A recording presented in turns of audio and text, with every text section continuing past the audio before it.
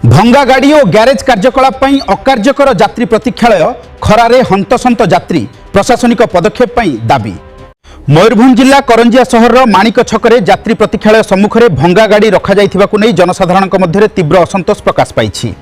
स्थानीय लोकों अभियोग अनुसार रास्ता कड़े गाड़ी छिड़ा कर ग्यारेज काम कर साधारण लोक और यात्री माने भारी असुविधार सम्मुखीन होउछंती। माणिक छक करंजिया सहर एक व्यस्त और गुरुत्वपूर्ण छक होइथिबा बेले एठारे रास्ता कड़े मरामती गाड़ी गुड़िक रखा जाउथिबारु यातायात रे बाधा सृष्टि हेउछि। रास्तार उभय पार्श्व स्पष्ट भावे देखा न जाउथिबारु छोट बड़ दुर्घटना घटिबार आशंका मध्य बढ़िछि। स्थानीय मानक कहिबा अनुसार छक निकटरे थिबा एक ग्यारेज मालिक धीरे धीरे एनएसी अधीन सरकारी जगह को दखल करी यात्री प्रतीक्षालय सम्मुखें गाड़ी रखी मरामती काम करुछंती। फलरे सरकारी धनरे निर्मित यात्री प्रतीक्षालय एबे प्राय अकार्यकर होई पड़िछि। पूर्वरु सेठारे सोलार लाइट और यात्री प्रतीक्षालयर चिन्ह फलक थिबा बेले वर्तमान सेही फलक को हटाई दिया जाउथिबा नै मध्य स्थानीय माने असंतोष प्रकाश करिसंती।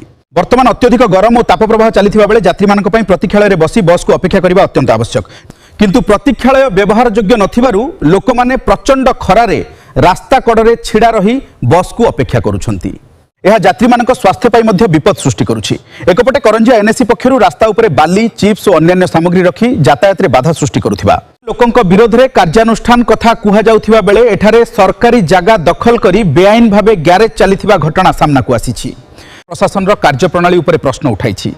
तेबे यात्री प्रतीक्षालय सम्मुखरु मरामती गाड़ी गुड़ी को तुरंत हटाइबा सह सरकारी जमी को उद्धार करने दाबी होइछि। साधारण लोकंक पई प्रतीक्षालय को पुनर्बार खोला जिबाकू दाबी करिसंती स्थानीय जनसाधारण। एबे करंजिया प्रशासन एही घटना प्रति केमिति पदक्षेप नेउछि ताहाकू नै समस्तंक नजर रहिछि।